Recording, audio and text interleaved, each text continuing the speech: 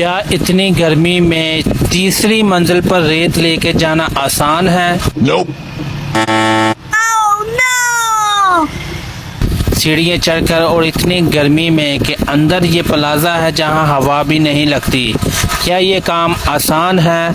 और हम ये काम कर रहे हैं। ये देखें, ये तीसरी मंजिल पर रेत फेंक रहे हैं। तो जिस किसी को भी काम चाहिए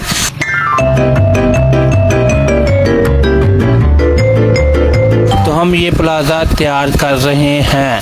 और ये देखें नीचे कितनी ऊंचाई है और ये 3 मंजिला प्लाजा तैयार हो चुका है जो कि फिनिशिंग में है। तो जिस किसी को भी काम चाहिए, मिस्त्री 45,000 और मजदूर 30,000 खाना प्लस रिहाइश देते हैं। और ये प्लाजे पर काम कर रहे हैं, जो कि एक प्लाजा और था जो कि 3 करोड़ का फरोख्त हो चुका है और ये भी बिल्कुल तैयार होने के करीब है। तो ये भी सेल हो जाएगा।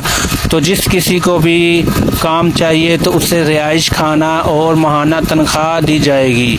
तो जो कोई भी मिस्त्री या मज़दूर काम के लिए आना चाहते हैं तो वो आ सकते हैं। और ये देखें, ये प्लाजे के बाहर टाइल का काम भी मुकम्मल हो चुका है, जिससे आप लोगों को ज़रूर पता चलेगा कि वाकई ये काम हो रहा है और हम कर रहे हैं।